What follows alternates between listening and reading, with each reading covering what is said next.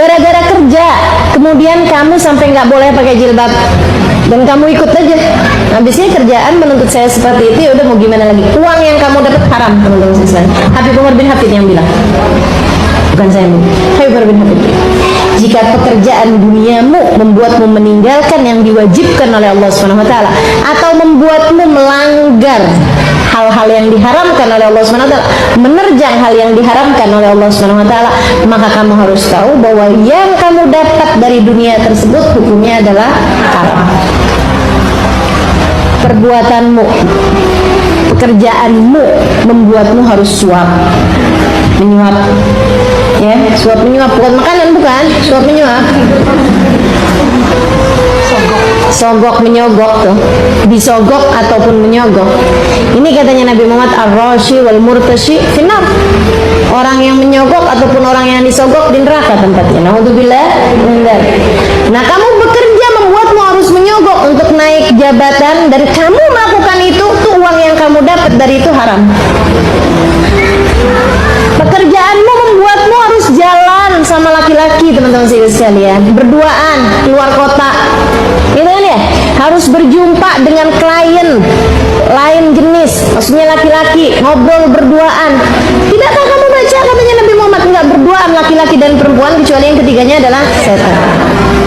Jika pekerjaanmu membuatmu harus mengerjakan hal-hal haram seperti itu, kamu harus tahu bahwa yang kamu dapat dari harta penghasilan itu adalah harta yang haram, bukan lagi syubhat tapi haram. Habib Umar kemudian menerangkan lagi, katanya beliau, kalau gara-gara pekerjaanmu membuatmu jadi meninggalkan sunnah yang biasa kamu kerjakan atau membuatmu mengerjakan perkara yang makruh, maka harta yang kamu dapetin gak ada berkahnya, tidak ada keberkahan di dalamnya.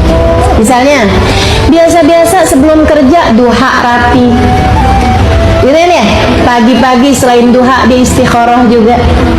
Habis gitu nanti sebelum fardu biasanya dia pakai sunnah dulu, gitu kan. Biasa-biasa tahajud bangun, biasa-biasa Quran ada kebaca setengah juz setiap malam. Misalnya nih, giliran udah kerja, ya ampun, perah keringat banting tulang, duha boro-boro, subuh aja udah hampir kesiangan, tahajud udah nggak ada lagi ceritanya, Quran bablas, dikiran bablas. Biasanya habis selesai sholat ada dikirannya, dia duduk selesai sampai doa sampai Fatihah, ini udah lewat semuanya. Nah ini teman-teman sekalian, jika pekerjaanmu urusan dunia membuatmu sampai meninggalkan sunnah yang biasa kamu lakukan, atau membuatmu mengerjakan perkara makruh yang membuatmu akhirnya jadi ketawa-ketawa melaki-laki misalnya gitu ya, karena kan nggak enak kan ini di kantor misalnya gitu, membuatmu harus berdandan di hadapan laki-laki yang bukan mahram misalnya gitu.